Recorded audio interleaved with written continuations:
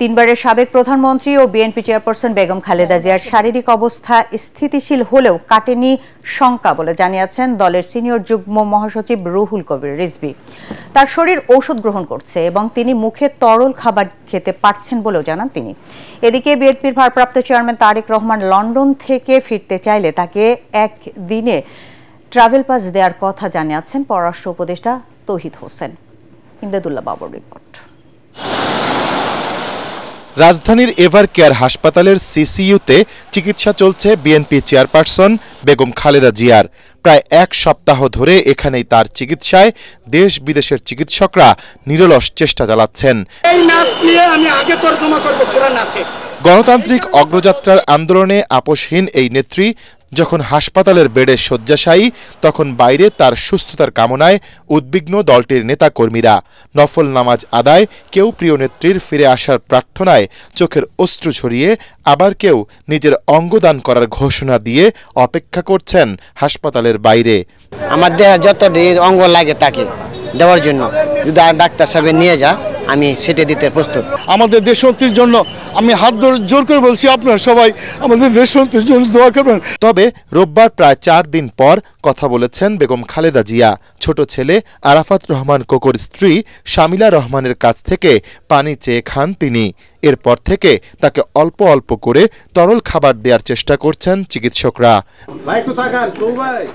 বিএনপির কেন্দ্রীয় কার্যালয়ে সংবাদ সম্মেলনে সিনিয়র যুগ্ম মহাসচিব রুহুল কবির রিজভী জানান, খালেদা জিয়ার শারীরিক অবস্থা অপরিবর্তিত। বিএনপি চেয়ারপারসনের অসুস্থতার কারণে বিজয় দিবসের সব কর্মসূচি স্থগিতের কথাও জানান রিজভী।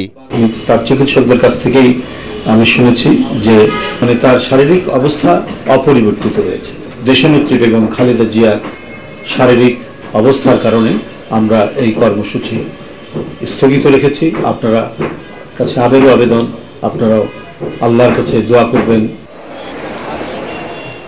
এছাড়া খালেদা জিয়ার দ্রুত সুস্থতার জন্য রাজধানীর বিভিন্ন স্থানে দোয়া মাহফিলের আয়োজন করেন দলটির নেতাকর্মীরা। গুলশান সোসাইটি মসজিদে দোয়ার আয়োজন করে আমরা বিএনপি পরিবার, আর নয়াপল্টনে দোয়া মাহফিলের আয়োজন করে ঢাকা মহানগর দক্ষিণ বিএনপি। যাকে আজকে আমাদের খুব প্রয়োজন ছিল, অত্যন্ত বেশি রকম প্রয়োজন জাতির জন্য। তার প্রমাণ দেখেন, এই দেশের সমস্ত লোকজন, নেতৃস্থানীয় সকল ধর্মের, হিন্দু, মুসলিম, বৌদ্ধ, খ্রিস্টান সকলে মিলে আজকে তার জন্য দোয়া করছে। যে সংকটের মধ্যে উনি যুদ্ধ করছেন, সেই এভার কেয়ার হসপিটালে এই সংকট যদি আল্লাহ তাআলা ক্ষমা করে আমাদের দিকে তাকিয়ে ওনার রহমত বর্ষিত না হয়, তাহলে বাংলাদেশ বিরাট সংকটের সম্মুখীন হবে। এদিকে রাজধানীতে কূটনৈতিক প্রতিবেদকদের সংগঠন ডিক্যাব আয়োজিত এক অনুষ্ঠানে পররাষ্ট্র উপদেষ্টা তৌহিদ হোসেন জানান, বেগম জিয়াকে বিদেশে নিতে ব্যবস্থা করছে বিএনপি। সেই প্রক্রিয়ায় সহযোগিতা করছে সরকার। তারেক রহমান যদি আসতে হয় কি পদ্ধতিতে আসবেন, এটা নিয়ম হচ্ছে যখন পাসপোর্ট থাকে না বা মেয়াদ উত্তীর্ণ হয়ে যায়, তখন কেউ যদি আসতে চান তাহলে তাকে আমরা ওয়ান টাইম পাস একটা দিয়ে দিই আর কি, একবার দেশে আসার জন্য। তো এটা দিতে 1 দিন লাগে।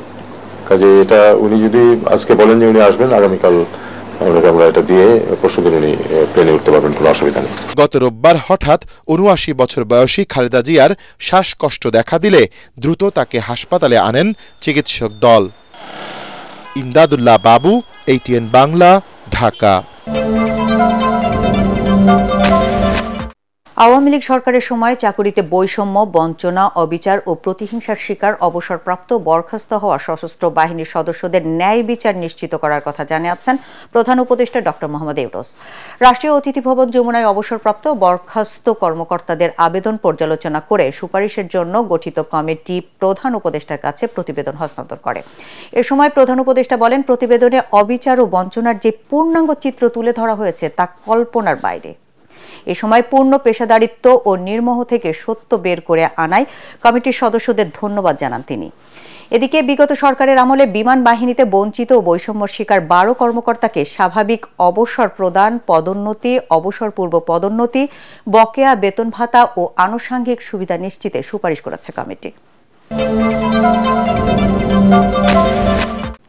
সুষ্ঠু নির্বাচন না হলে দেশের গণতান্ত্রিক ব্যবস্থায় উত্তরণ সম্ভব নয় বলে মন্তব্য করেছেন নির্বাচন ব্যবস্থা সংস্কার কমিশনের প্রধান বদিউল আলম মজুমদার। তিনি বলেন, দলগুলো যদি সঠিক ব্যক্তিকে মনোনয়ন দেয় তাহলেই গণতান্ত্রিক উত্তরণ সম্ভব হবে। এদিকে রাজনৈতিক দলের প্রতিনিধিরা জানান, জনপ্রত্যাশা অনুযায়ী কাজ করতে পারছে না নির্বাচন কমিশন, কোনো কোনো ক্ষেত্রে পক্ষপাতিত্ব করছে। বিস্তারিত জানাচ্ছেন আশিকুর রহমান। অত্যন্ত আনন্দিত। গণতন্ত্র ও সুশাসন প্রতিষ্ঠার লক্ষ্যে নির্বাচন পর্যবেক্ষকের ভূমিকা রাখতে আত্মপ্রকাশ করল ভয়েস নেটওয়ার্ক। রোববার আত্মপ্রকাশ উপলক্ষে সিরডার মিলনায়তনে ত্রয়োদশ জাতীয় সংসদ নির্বাচনের সম্ভাবনা ও চ্যালেঞ্জ নিয়ে সেমিনারের আয়োজন করে সংস্থাটি। খুব সহজ একটা সমীকরণ মনে হয়। এতে অংশ নেন বিভিন্ন রাজনৈতিক দলের প্রতিনিধি, নির্বাচন বিশেষজ্ঞ, সুশীল সমাজের প্রতিনিধি ও সংগঠনের সদস্যরা। আলোচকরা বলেন, কালো টাকার ব্যবহার বন্ধ ও পেশিশক্তির প্রভাবমুক্ত নির্বাচন আয়োজনে সরকারকে বিশেষ গুরুত্ব দিতে হবে, তা না হলে নির্বাচন আবারও প্রশ্নবিদ্ধ হবে। এখন প্রধান উপদেষ্টা শুধুমাত্র মুখে মুখে যদি বলেন বা নির্বাচন কমিশন মুখে মুখে বলেন যে আমরা ইতিহাসের সেরা নির্বাচন করতে চাই, কিন্তু ইতিহাসের সেরা পরিবেশটা না তৈরি করতে পারলে ইতিহাসের সেরা নির্বাচন আপনারা করতে পারবেন না। নির্বাচন কমিশনের সঙ্গে রাজনৈতিক দলগুলোর দূরত্ব কমিয়ে আনার তাগিদ দেন নির্বাচন ব্যবস্থা সংস্কার কমিশনের সদস্য জেসমিন টুলি। নির্বাচনের আগে শুধু কেন নির্বাচন আইনের সংস্কার প্রয়োজন হয়, এটা তো কন্টিনিউয়াস প্রসেস, যে কোনো সময় এটা হতে পারে। এই জিনিসটা যে আমাদের এই যে দূরত্ব রাজনৈতিক দলগুলো মধ্যে আছে এবং বিচার বিভাগের সাথে ইলেকশন কমিশনের একটা দূরত্ব। প্রশাসনকে নিরপেক্ষ রাখতে জবাবদিহিতার আওতায় আনার তাগিদ দেন বিএনপি ও জামায়াত নেতারা। সিএসপি, ডিআইজি কমিশনার, টিএনওসি, নির্বাচন কর্মকর্তা, এই গুরুত্বপূর্ণ জায়গাগুলোতে যদি নির্বাচন কমিশন সর্বোচ্চ নিরপেক্ষতার পরিচয় দিতে না পারে তাহলে নির্বাচন প্রশ্নবিদ্ধ হয়ে যাবে।